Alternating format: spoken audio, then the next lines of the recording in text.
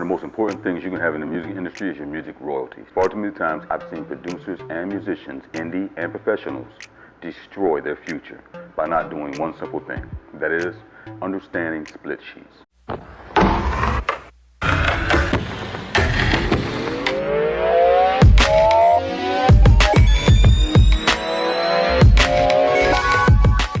Now this video is sponsored by DistroKid. Upload unlimited songs or albums to all of your favorite streaming platforms like iTunes and more, and keep 100% of your profit. Find the link in the description below. Peace and blessings, guys. My name is SG1 from the Piecemakerz, and welcome to Music Millionaires TV. If you're interested in learning about the music business, the ins and outs of the music business, the secrets of the music millionaires and industry elite, then this is the channel for you. So let's jump right in. Let's talk music royalties. Music royalties is the heart and center of the industry. It is the bread and butter. It is the thing that pays you on a continual basis from one project that you may have done years ago. See, music royalties is the core behind our source of income. It is the part of our business that you look forward to when you're receiving those quarterly checks or biannually checks, depending on how your situation is set up.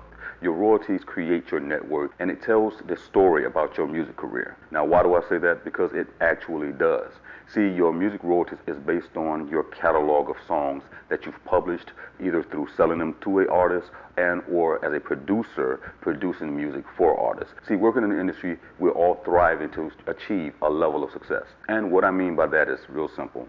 It is all of our goals as producers, songwriters, or whatever you may be in the industry to be successful. And eventually the goal should be to work with your favorite artists and or surpass your favorite artists. And that is possible in the industry. But what I want to do is I want to prepare you. There's just certain things you need to know in order to secure your future, which is your music royalties and also your retirement. See, your music royalty is actually your retirement plan. It's something that you will get paid for continuously, whether or not you're still writing music or not, especially if you have a hit song or music that's still being streamed or downloaded. Now, if you use the example that I'm getting ready to show you, like your favorite film, and inside of your favorite film, a production or song is played that was created back in the 1970s or 80s, it doesn't really matter. However, what it does show and prove is that 20 or 30 years ago, this particular song was produced and is now still generating revenue for the said producer and or songwriter or artist. However, in order for that to happen, you have to understand the ins and outs of how music royalties come about. And how this happens is through song split sheet agreements. The reason why I'm talking about this is because oftentimes newbies who are excited to be in the business and game get an opportunity to work with a major artist or a major label and write or produce a song for them. And what happens is, because of you not really wanting to step on toes or not really understanding how things work, oftentimes projects are left without asking certain questions so that you can understand how things should transpire or go from this point on. One of those things that are often left unsaid is song split sheets. Because as a producer or songwriter, you're entitled to royalties to the song that you've just created. But a lot of times, songwriters or producers don't speak up because they don't understand the ins and outs of the business, and they lose revenue on a possible hit song or a Grammy Award-winning song that could have generated you millions, if not hundreds of thousands of dollars. Now, why does this happen?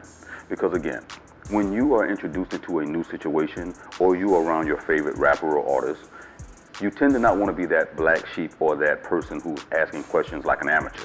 And because you're scared to ask questions, oftentimes you leave certain stones unturned, which then allows others to assume that you know your business. One of the questions that's often not asked is how will the splits be dealt with? And if you are a producer or a songwriter that is under a publishing company, most of the time you don't have to worry about this because your publishing company has your back. Your publishing company oftentimes already have a project manager that is going to administer the music and make sure that the publishing and everyone gets their fair share based on what you guys say was fair in the session. However, if you don't have a publishing company or someone that handles your business, then it puts you in a bad situation because you don't know what to ask or how things are going to go. So the first thing that needs to happen after you're done with the project is, if you don't have a publishing company that is asking how will the splits be broken down. Why you need to know this is because this is also how your royalties will be received. You need to have this conversation about your split sheets because this is how your PRO will determine what they pay you when it comes to the royalties on a particular song. Now let's say, for instance, you do a song for a Beyonce or someone who is major in the industry at this particular time, and it becomes a hit. Songs are always looked at in 100%, no matter what PRO you have. And in that 100%, 50% goes to composer, 50% go to writer. Now the only time this changes is when there is a co-producer and or a co-writer, and then the percentages change. So for example, if you had a writer who wrote maybe the verses, another writer wrote the hooks or bridge, or you had a writer that wrote one verse, another writer wrote the second verse, and they both shared equally the bridge and chorus, then both writers be entitled to 25% each. Same thing will apply to producers. If you have two producers and they equally contributed to a track, each one of those producers will be entitled to 25% each. However, if there's a producer that contributed less than his fair share, it could go as low as 1% up to 12.5%. It just depends on how much that producer actually contributed. Now that's the simplicity of the splits when it comes to percentages. However, everyone is entitled no matter how little or how much they actually contributed to a song. So even if you only did maybe a verse inside of a song, you're still entitled something.